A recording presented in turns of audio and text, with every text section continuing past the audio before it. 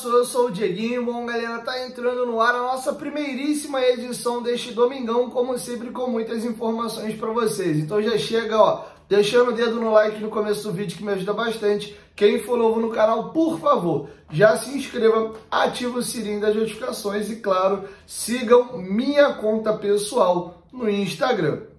Beleza? Ó, parada é a seguinte, daqui a pouquinho a bola rola às 4 horas da tarde para Botafogo e Vasco da Gama no estádio Newton Santos. E você que é bom de palpite, corre na stake.com, use a palavra promocional Futebolaco, que eles vão dobrar o seu primeiro depósito. A stake.com é uma gigante mundial, empresa séria, tá com a gente aqui no canal desde a Copa do Mundo de 2022 no Catar. E você pode apostar com segurança e tranquilidade lá na Stake, tá? Eles patrocinam o Everton na Inglaterra, o Juventude aqui no Brasil, estão com odds gigantescas aí no mercado, então tá pagando muito bem lá na Stake. Então corre lá na Stake para poder fazer tua fezinha. Tem outros jogos ainda do Cariocão rolando nessa rodada, tá? Você pode fazer sua fezinha no jogo, por exemplo, que nos interessa. Flamengo e Boa Vista se enfrentam. Temos também Paulistão, Mineiro, Gaúcho, Campeonato Inglês, Alemão, Italiano. Fique à vontade. Dá uma olhadinha no cardápio dos jogos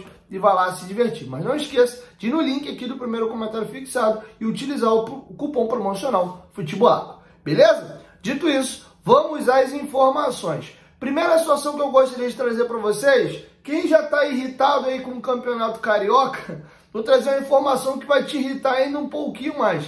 Vocês sabiam que a Ferj tem arrecadado mais com bilheteria do que Vasco, Botafogo e Fluminense somados?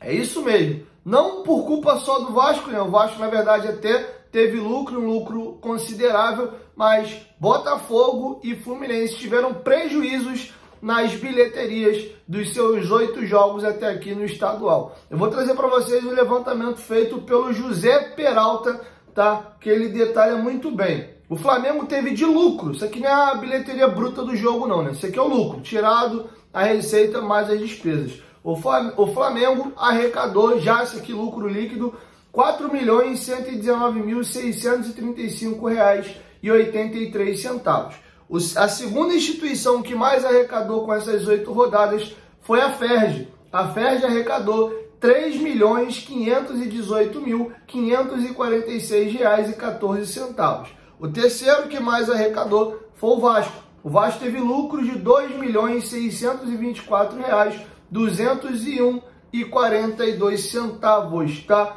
Botafogo e Fluminense amargam prejuízo. O Botafogo teve um prejuízo até aqui de R$ 325.210,70 e o Fluminense tem o maior prejuízo de todos, é R$ 470.864,80, tá bom? E aí ele detalha como é que funciona essa arrecadação da Ferj, como é que a Ferj consegue gerar essa bilheteria se ela não vende ingresso. Como é que funciona isso? É porque os clubes pagam uma taxa à federação por cada jogo. Aí aqui ele explica, ó, veja quanto cada time colaborou para chegar aos R$ 3.518.546,14 que a Ferj arrecadou. O Flamengo, as suas bilheterias rendeu a Ferj R$ 2.187.937. O Vasco rendeu R$ 909.480. O Fluminense, R$ 213.021. E o Botafogo, R$ 208.107. Aí ele explica, em clássicos, divide a taxa da Ferj por 2 e insere 50% do valor na conta de cada clube, tá? Então a federação, ela recebe um percentual de cada bilheteria aí dos jogos, tá? Então Botafogo e Fluminense tem prejuízo, o Vasco tem lucro superior a 2 milhões, mas a Ferj tem quase o dobro do lucro do Vasco, e o Flamengo é o único que consegue aí arrecadar mais que a federação, tá? E o Vasco tem esses números porque recebeu propostas para venda de mando de campo. O Vasco fez alguns jogos fora do Rio de Janeiro que elevou consideravelmente a bilheteria das partidas, tá? Temos o exemplo do jogo do Bangu, que foi disputado em Brasília e teve um jogo também que foi em Minas Gerais, foi contra o Nova Iguaçu.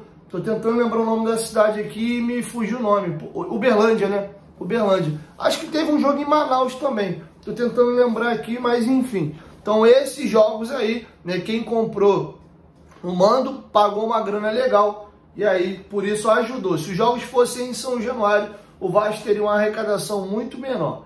Beleza? Vamos agora partir para outros temas. O volante Jair já recebeu alta do hospital. Primeiro ele publicou esses stories aí com a sua esposa e a sua filha o visitando no hospital. E aí a sua esposa hoje fez um story do Jair indo no CT do Vasco da Gama, tá? Alexandre Matos, o nosso diretor executivo, fez duas publicações importantes no seu Instagram de ontem para hoje. A primeira foi sobre o falecimento de um profissional que por pouco não foi contratado para ser o gerente da base do Vasco no lugar do Carlos Brasil. O Rodrigo Dias acabou retornando ao Vasco, mas por muito pouco o Júnior Chevari não foi contratado. O Alexandre Matos até chegou a abrir essa negociação e eu vou trazer para vocês aqui o depoimento do Alexandre Matos se despedindo do seu amigo e inclusive fazendo uma ressalva importante que vale, eu já estou seguindo esse conselho e para você ouvir também em casa, e vamos o que disse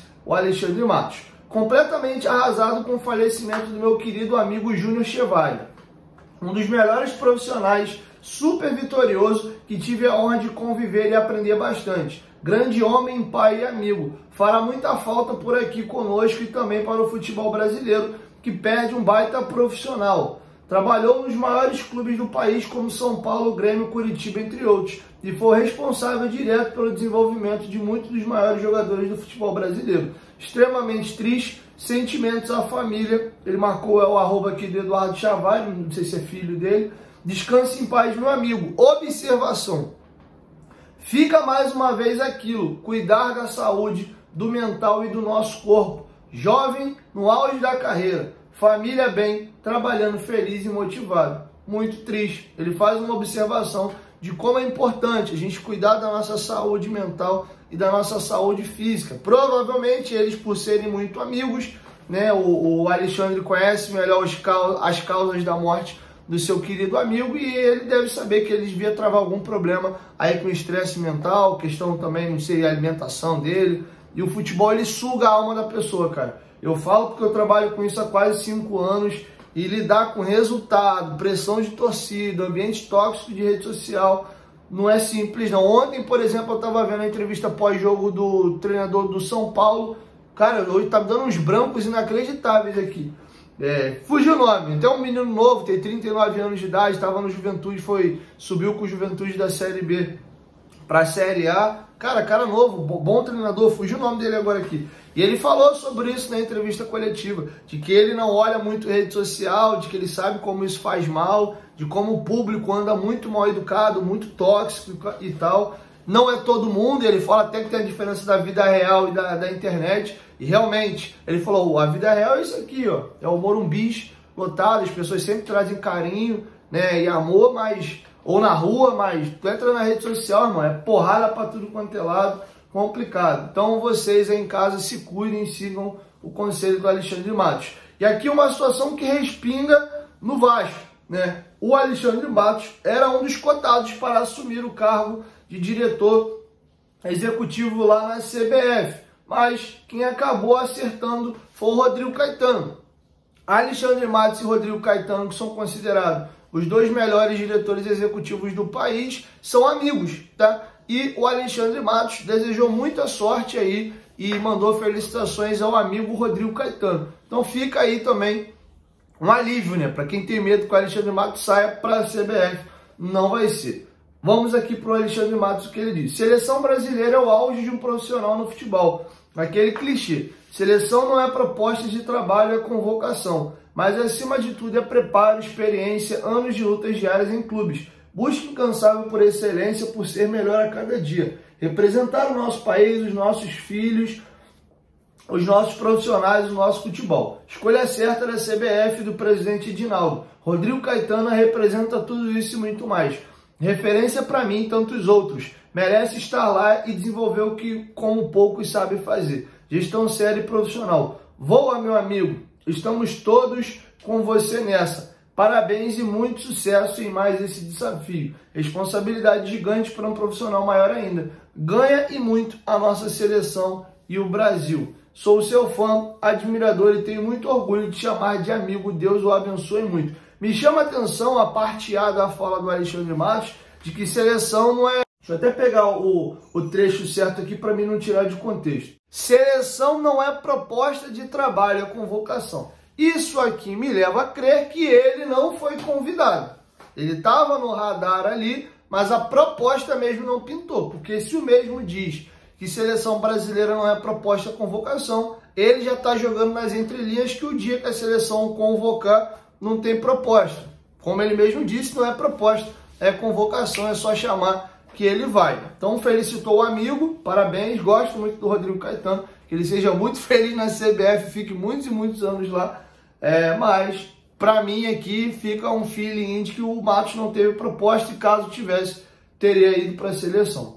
Tá bom? Então, é isso. Finalizando, vamos dar uma pincelada aqui sobre o estadual. O Vasco é aquele que vocês já sabem, no 3-4-3, Léo Jardim, o Robert Rocha, zagueiro pela direita, o Maicon centralizado, o Léo na esquerda, 2 volantes à frente desses 3 zagueiros, Zé Gabriel e Galdames. Na segunda linha como ala, Paulo Henrique e Piton, formando a segunda linha de 4, e uma linha de 3. O Ramon tem jogado com o Paê aberto na esquerda, o David aberto na direita e o Verratti centralizado. Ele pode, caso ele queira, trazer o Paê centralizado aqui e fazer 2 atacantes, o Verratti mais fixo e o David girando aqui em volta do Verratti, tá? Mas nos últimos jogos ele tem ido num 3-4-3 e não no 3-5-2, tá? O Botafogo também é aquele mesmo que eu trouxe para vocês ontem aqui no canal, pelo menos é a apuração do GE.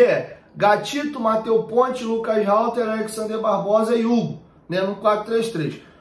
Marlon Freitas, Tietê, Eduardo, Vitor Sá, Júnior Santos e Tiquinho Soares. O Vasco tem 4 jogadores aí importantes pendurados: Zé Gabriel, Verratti, Léo e Paulo Henrique. Esses 4 atletas tomando um cartão hoje não enfrentam o Vasco no jogo contra a Portuguesa e depois contra o Volta Redonda, que são nossas 2 últimas partidas, tá bom? Para quem tá dando aí o Nova Iguaçu como classificado, né, ou o Vasco também aí, se não vencer hoje fora, eu fiz um levantamento das rodadas finais e me acendeu a luzinha aqui.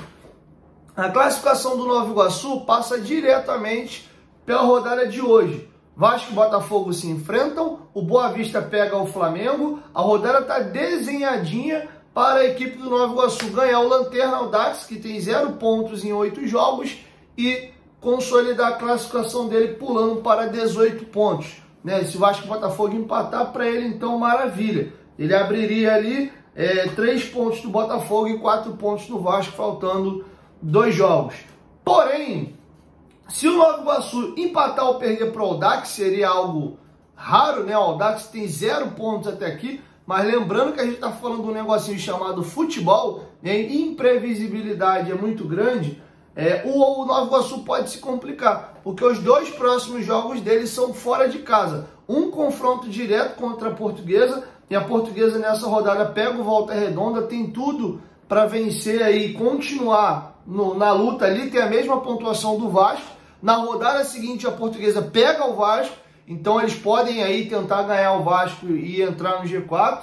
E depois o Nova Iguaçu pega o Volta Redonda fora de casa, no Raulinho de Oliveira. Então a situação do Nova Iguaçu para as 2 últimas rodadas não é essa Coca-Cola toda não. Ele é favorito, mas a Contra-Luz é confronto direto na casa da Lusa, entendeu? Então acho que eles podem acabar tropeçando e de novo, aquele peso de serem os protagonistas. Inclusive empataram com Boa Vista jogando em casa. Já o Botafogo, depois do Vasco, ele vai pegar o Audax, né? Aí o Botafogo tem tudo para atropelar o Audax fora de casa, mas o Botafogo fecha o campeonato com o Fluminense.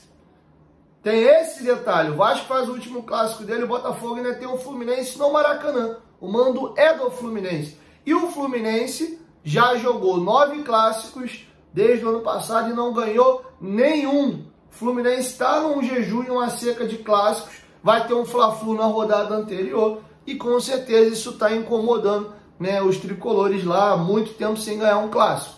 Então, acho que pode o Fluminense perfeitamente vencer esse jogo e o Fluminense pode chegar numa condição de escolher adversário.